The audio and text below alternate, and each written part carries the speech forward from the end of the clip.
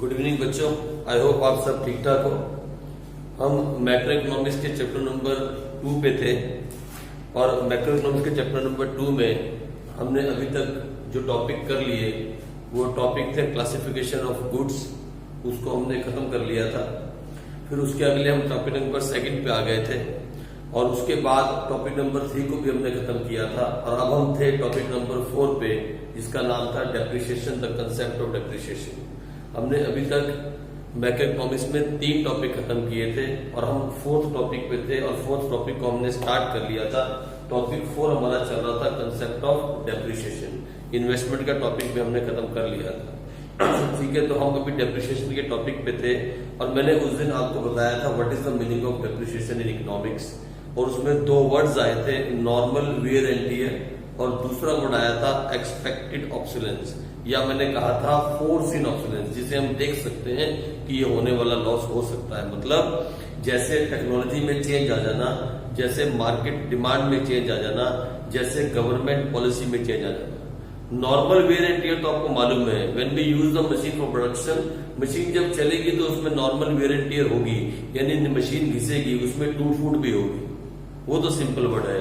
और फोर्सिन का मतलब था कि जो हमें दिख रही है, जिसे हम एक्सपेक्ट कर सकते हैं कि ऐसा हो सकता है, जैसे मार्केट से डिमांड बिल्कुल कम हो जाना। मैंने कहा था ऐसा भी हो सकता है कि ना अचानक मार्केट से गुड्स की डिमांड बहुत कम हो गई क्योंकि टेक्नोलॉजी आउटडेटेड हो गई, या गवर्नमेंट ने कुछ पॉलिसी चेंजेस कर दिए, उसे हम कहते थे एक्सपेक्टेड ऑब्सोलेंस या फोर्सिन ऑब्सोलेंस। वो भी डेप्रिसिएशन का एक पार्ट है। ठीक है जी, चलो उसके आगे आज हम चलते हैं, थोड़ा सा आगे बढ़ते हैं। आज का हमारा टॉपिक है what is the meaning of capital loss. Capital loss किसे कहते हैं? डेप्रिसिएशन के साथ capital loss, when value of assets fall due to natural calamities like flood, earthquake is called capital loss. कितना सिंपल है यार, कितना सिंपल है। जब कभी अर्थक्वेक आ जाए, जब कभी फ्लड आ जाए, कभी बाढ़ आ जाए, कुछ आ जाए, इसके आने से अगर लॉस हो जाए या fall in the value of assets हो जाए, उसे हम कैपिटल लॉस कहते हैं, उसे हम कैपिटल लॉस कहते हैं। और इसी को हम अनएक्सपेक्टेड, क्या अनएक्सपेक्टेड ऑब्सोलेंस कहते हैं। वो क्या था? एक्सपेक्टेड था, अब ये क्या है? Unexpected, unexpected obsolescence. इसी को हम अनएक्सपेक्टेड ऑब्सोलेंस कहते हैं। किसी को भी नहीं पता बाढ़ कब आ जाए, किसी को भी नहीं पता अर्थक्वेक कब आ जाए, तो इसे हम क्या बोलते हैं? Unexpected obsolescence. और वो क्या था? Expected obsolescence. वो पार्ट ऑफ डेप्रिसिएशन था। This is not a part of depreciation. इसे हम क्या बोलते हैं? Capital loss. इसे हम क्या बोलते हैं? Capital loss. अब आगे बढ़ते हैं, बहुत सिंपल है ये, इसमें ज्यादा आपको टाइम वेस्ट करने की जरूरत नहीं है। अब देखो सेकंड, इसके आगे क्या लिखा है मैंने? We can make a provision for the replacement of assets in case of depreciation as it is a expected loss, but no such provision is made for the capital loss because it is an unexpected loss. This loss is manage through insurance. सुनो, हम insurance करवाते हैं ना, उससे हम इस capital loss को manage कर सकते हैं। हम इंश्योरेंस ले सकते हैं नेचुरल कैलेमिटीज का, हम इंश्योर करवा सकते हैं, मतलब उसको करवाते भी हैं, वहां से हम इंश्योरेंस से इस लॉस को पूरा कर सकते हैं अगर आपने इंश्योरेंस करवाया है तो। लेकिन इसके लिए हम कोई प्रोविजन नहीं बना सकते।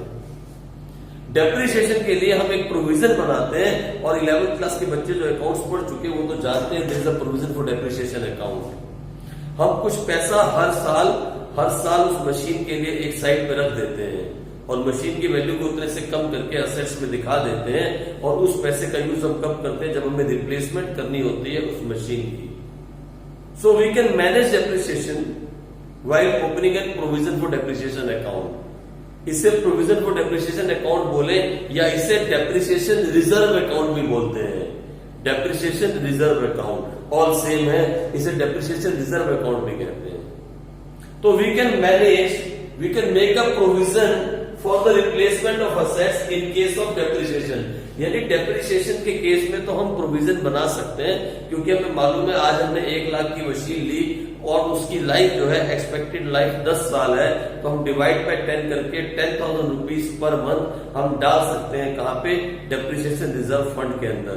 लेकिन नेचुरल कैलेमिटीज जिसके बारे में हमें कुछ नहीं पता, अनएक्सपेक्टेड ऑब्सोलेंस, उसका प्रोविजन हम नहीं बना सकते, उसे तो हम कवर कर सकते हैं इंश्योरेंस के through. We can manage that loss through insurance. बिल्कुल सिंपल है, ज्यादा टाइम इसमें वेस्ट करने की जरूरत नहीं।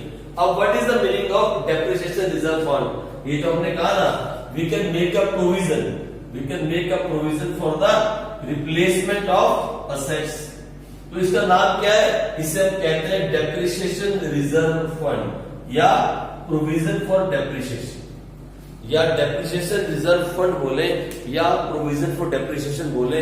सर ये डेप्रिसिएशन रिजर्व फंड होता क्या है? मैंने आपको भी तो समझाया, ये देखो कितना सिंपल है। It is a fund used to replace the worn out fixed assets.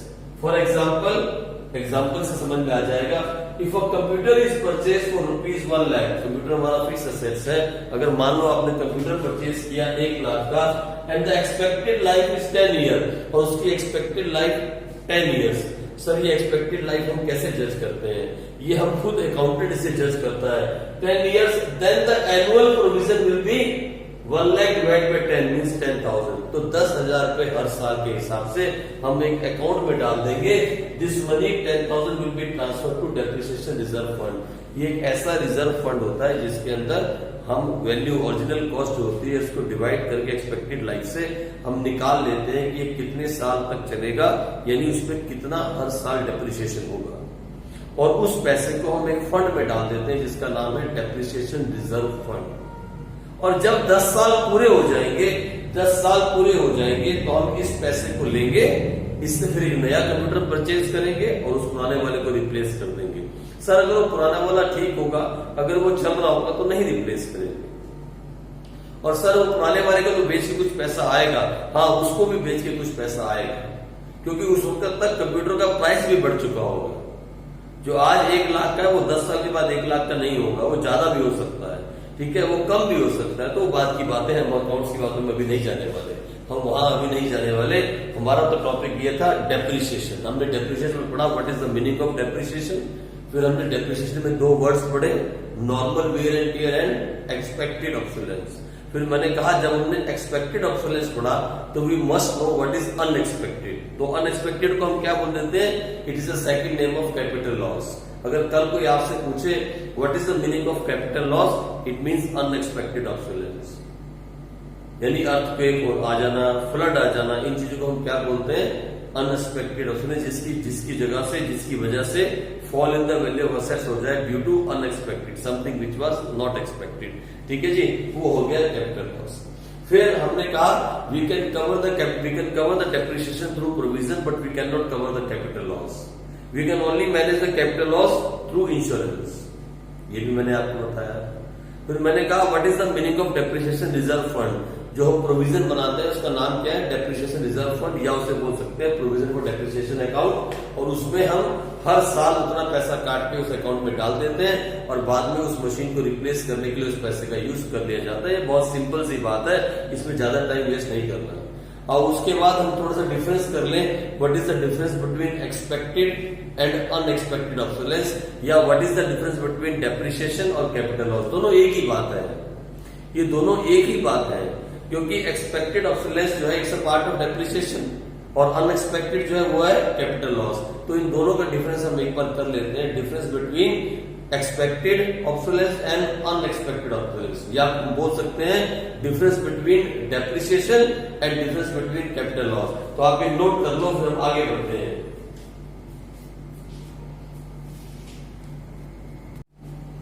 तो आ जाओ नेक्स्ट टॉपिक पे चलते हैं, इसी के अगले पार्ट पे चलते हैं। हमने डेप्रिसिएशन के बारे में पढ़ा, उसकी डेफिनेशन पढ़ी, फिर हमने कैपिटल लॉस के बारे में पढ़ा, फिर हमने कहा डेप्रिसिएशन को हम कवर कर सकते हैं लेकिन हम कैपिटल लॉस को कवर नहीं कर सकते, कैपिटल लॉस को मैनेज कर सकते हैं सिर्फ इंश्योरेंस के थ्रू। फिर हमने पढ़ा what is the meaning of depreciation reserve fund, और अब हम पढ़ रहे हैं difference between expected obsolescence and unexpected obsolescence. आप तो समझ ही गए होंगे, लेकिन हमें पढ़ना ही करके एक टॉपिक है, इसलिए ये तो सिंपल है।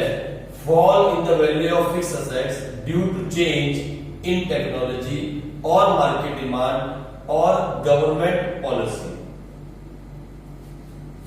ये और भी कोई बात हो सकती है ना, ये तो सिंपल सी बात है। एक्सपेक्टेड मतलब जब fall in the value of assets हो जाए, इससे because of government policy, because of market demand और because of technology change. Simple है। ये fall in the value of assets due to natural calamities, मतलब अगर बाढ़ आ जाए, अर्थक्वेक आ जाए, उसकी वजह से जो फॉल इन द वैल्यू हो जाए। ये बात सिंपल हो गई। आ जाओ second, it is a part of depreciation, क्योंकि डेप्रिसिएशन में दो बातें आई थी, एक नॉर्मल वेयर एंड टियर और दूसरा expected obsolescence. So it is a part of depreciation. It is not a part of depreciation, ये डेप्रिसिएशन का पार्ट नहीं है, ये तो कैपिटल लॉस है। आ जाओ तीसरे नंबर पे, it can be manage through depreciation reserve fund, या तो इसमें डेप्रिसिएशन रिजर्व फंड से या फिर provision for depreciation account, oh sorry, provision for depreciation account खोल के मैनेज कर सकते हैं। इट कैन बी मैनेज, ठीक है, मैंने आपको बता दिया कैसे, हमने भी पढ़ा। उसके बाद it can be manage through insurance, इससे हम इंश्योरेंस के थ्रू मैनेज कर सकते हैं। We can manage through insurance. तो ये हो गया difference between expected obsolescence and unexpected obsolescence. ये आप आराम से कर जाओगे। उसके बाद है difference between depreciation and capital loss. Almost आप सेम बातें लिख रहे हो। फिर देखो, fall in the value of assets of its assets while they are being used in the process of production. Production को करते हुए जो नॉर्मल वियर एंड टियर होती है, जो नॉर्मल वेयर एंड टियर होती है, उससे हम डेप्रिसिएशन कह देते हैं, या जो एक्सपेक्टेड ऑब्सोलेंस होती है उससे हम डेप्रिसिएशन कह देते हैं, जब हम उनको यूज कर रहे हैं। और ये fall in the value of assets while they are not in use, मतलब अभी रात को अचानक बाढ़ आई, आप बंद करके फैक्ट्री घर पे आए थे और सब कुछ चला गया, पूरे का पूरा लॉस हो गया, दैट इज कैपिटल लॉस। ठीक है जी, आ जाओ आगे। It includes normal wear and tear and expected obsolescence. इसमें दो चीजें इंक्लूड होती हैं, हम पढ़ चुके हैं डेफिनेशन के अंदर। It is a loss due to natural calamities, ये खत्म हो गई बात, ये नेचुरल डिजास्टर की वजह से लॉस होगा। It is the loss of natural disaster, वही बाढ़ और अर्थक्वेक, बार बार वही बात आ रही है। डेप्रिसिएशन डज नॉट डिस्टर्ब और stop the production process.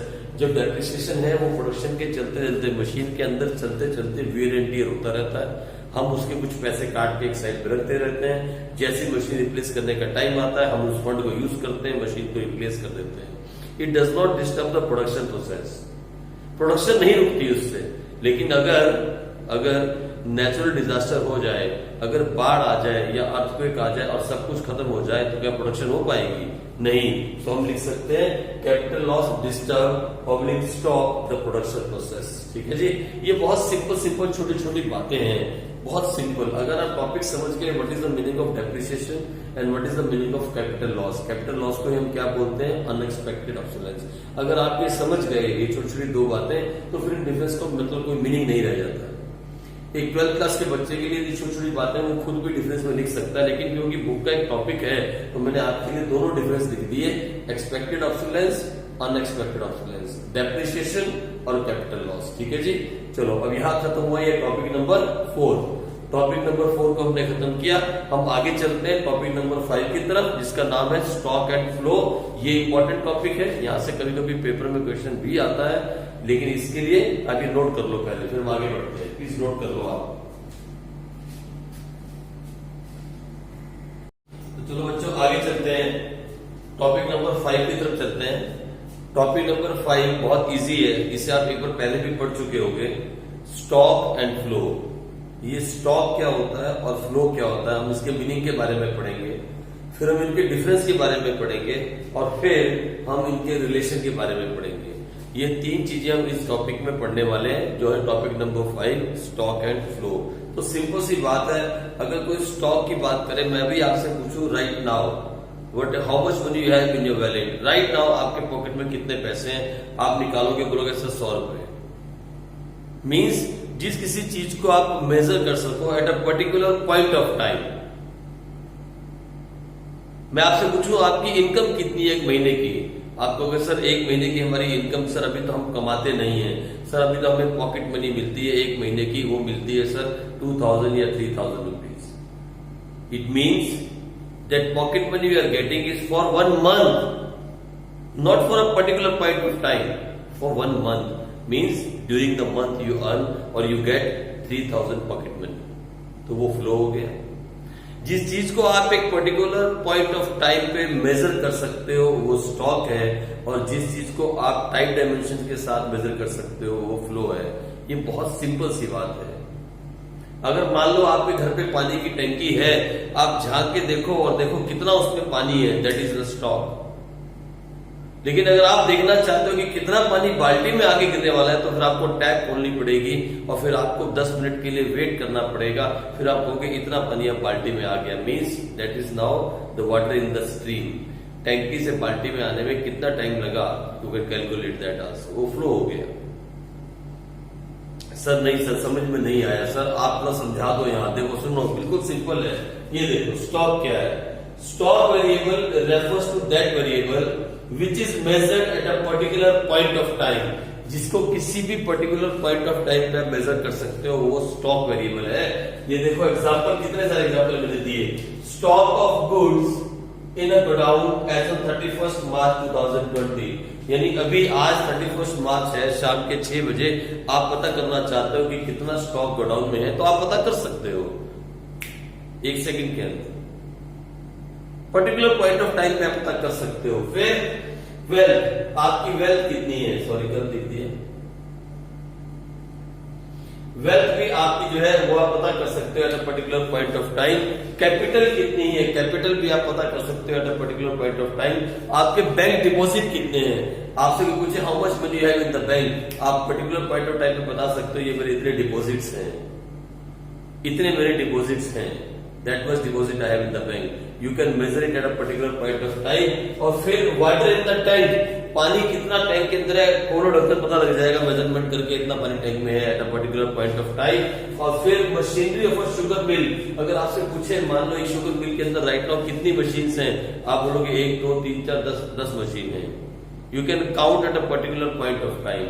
Something which can be measured at a particular point of time is called stock. Simple. Is called stock. और नीचे क्या लिखा? It means stock variable are not time dimensional. हम इसमें time की बात नहीं करते, हम पर्टिकुलर पॉइंट ऑफ टाइम पे ही इसको नाप लेते हैं। They are not time dimensionals. इसमें पर डे, पर मिनट, पर आवर, पर वीक, पर मंथ, पर ईयर की बात हम नहीं करते। ये तो उसी वक्त पे कितना हमारे पास है, दैट इज द स्टॉक। ठीक है, आ जाओ उसके बाद हम बात करते हैं फ्लो की। Flow variable refers to that variable which is measured over a period of time. आपसे कोई पूछे आपकी इनकम कितनी है, जैसे मैंने आपसे पूछा आपकी पॉकेट मनी कितनी है, आप कहोगे सर 1 महीने के 3000 मिलते हैं। क्या वर्ड यूज किया आपने, सर 1 महीने में 3000 मिलते हैं, मीन्स ड्यूरिंग अ मंथ। कुछ बच्चों के माँ बाप बहुत पैसा उनको देते हैं तो बोलेंगे सर हमें 1 वीक के 3000 मिलते हैं। जब हम आर में थे और पढ़ते थे तो हमें 1 वीक का 1 रुपए भी नहीं मिलता था। उस टाइम पे 1 रुपए की भी बहुत कीमत थी। आजकल तो आपको बहुत पैसे पॉकेट मनी के मिलते होंगे। तो सर हमें ना 1 वीक के 3000 रुपए पॉकेट मनी मिलती है, या 1 वीक के 500 रुपए। क्या यूज किया आपने वर्ड, 1 वीक। और मैं पूछूं राइट नाउ आपकी जेब में कितना पैसा है, आप बोले सर ये लो 200 रुपया। तो ये 200 रुपए क्या था, stock which you can count eight a particular point of time. लेकिन वो जो पॉकेट मनी थी वो क्या थी, फ्लो, क्योंकि वो आपको 1 वीक की मिल रही है, या 1 महीने की मिल रही है, या 1 साल की मिल रही है। वहां टाइम डायमेंशंस हैं। स्टॉक के अंदर जेब से निकाला और बता दिया, टाइम की कोई प्रॉब्लम नहीं है। They are not time dimension. I hope आप समझ गए होंगे। बहुत सिंपल सा एग्जांपल है। Flow variable refers to that variable which is measured over a period of time. For example when we talk of income we say income during the month, वही pocket money या income की बात कर ले, income during the year. Okay, और for example capital formation, investment, आपने कितनी investment की। उसके बाद इंटरेस्ट ऑन कैपिटल, इंटरेस्ट तो हर महीने मिलेगा या हर साल मिलेगा। कंजम्पशन ऑफ शुगर, अगर हम बात करना चाहें तो वो बात कर सकते हैं फ्लो के अंदर। Machinery of sugar factory, machinery of sugar mill can be just measured at any point of time. But अगर कंजम्पशन मेजर करनी है तो आप पूछोगे सर कंजम्पशन मतलब 1 दिन में हम कितनी शुगर खाते हैं, तो क्या आ गया, पर डे। या 1 वीक में हम कितनी शुगर खाते हैं, तो क्या आ गया, पर वीक। या 1 महीने में हम कितनी शुगर खाते हैं, तो क्या आ गया, पर मंथ। जहां ये वर्ड आ गया, जहां पे फ्लो ऑफ टाइम आ गया, टाइम डायमेंशंस आ गई, दैट इज कॉल्ड फ्लो। ये बहुत सिंपल टॉपिक है। It means flow variables are time dimensionals. इसका मतलब ये है that flow variables are time dimensionals. और इसके आगे बढ़ते हैं। स्टॉक एंड फ्लो को करने के बाद हमने ये कर दिया स्टॉक एंड फ्लो। अब हम इसका डिफरेंस करते हैं और फिर इस क्लास को एंड करेंगे और कल हम इसका रिलेशन करते हुए टॉपिक नंबर 6 में एंट्री करेंगे। We will enter topic number 6, वहां पे हम इसकी एंट्री अब करेंगे। हम ऑलमोस्ट इस चैप्टर को खत्म करने वाले हैं, ठीक है। तो आओ इसको आप नोट कर लो, फिर हम आगे चले। फटाफट से आप नोट कर लो, तो इसका डिफरेंस करें। चलो आ जाओ आगे बढ़े और डिफरेंस करें। Difference between stock and flow, बहुत सिंपल टॉपिक है, वेरी सिंपल टॉपिक, बहुत सिंपल डिफरेंस है। स्टॉक क्या होता है आपको समझ आ गया, which can be measured at any particular point of time, और flow which can be measured in a specific time period of time, ठीक है, during a period of time. आ जाओ, स्टॉक क्या होता है? It means that quantity of an economic variable which is measured at a particular point of time. फिर वही बात दोबारा से, डेफिनेशन आप जानते हो, it is that quantity of economic variable which is measured over a specified period of time. यहाँ period है और यहाँ पॉइंट है, बस इस बात का दिमाग में रखना, ठीक है जी। आगे time, it has no time dimensions, ये आप कर चुके। और यहाँ it has a time dimensions like per day, per month, per year, fine, ये भी आप कर चुके। Nature, it is a static concept, मतलब ये फिक्स्ड है। आप एक वक्त में फटाफट से नोट निकाला और दिखा दिया, ये स्टैटिक कंसेप्ट है, फ्लेक्सिबल नहीं है, it is not a flexible concept. और यहाँ it is a dynamic concept, ये चेंज होता रहेगा, ये लाइव कंसेप्ट है, ठीक है जी। तो ये स्टैटिक कंसेप्ट है और ये डायनेमिक कंसेप्ट है। आ जाओ इसके example, wealth, water in a tank, deposit money in the bank, bank deposit, capital, 100 rupee note, ये इसके एग्जांपल्स हैं। और इसका एग्जांपल, इनकम पर month, per year, during the year, during the month, during the day, income. Investment, water in a stream, pipe के अंदर जो water है उसकी बात हमने की थी, या इंटरेस्ट ऑन कैपिटल, या हम कह सकते हैं इंटरेस्ट ऑन डिपॉजिट।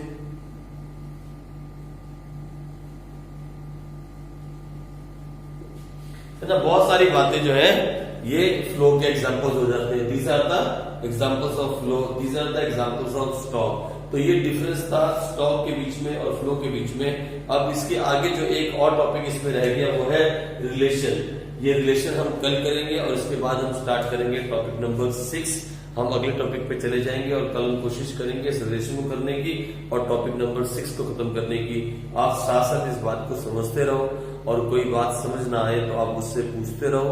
प्लीज मेरे कांटेक्ट में रहो। अगर आपको कोई बात समझ में नहीं आती है तो आप डायरेक्टली मुझे व्हाट्सएप करके वॉइस मैसेज डाल के या उसकी पिक भेज के आप मुझे पूछ सकते हो। जिनके पास मेरा व्हाट्सएप नंबर नहीं है वो प्लीज नोट कर लो। आप मुझसे बात कर सकते हो। आप मेरे साथ बात करके अपने डाउट्स क्लियर कर सकते हो।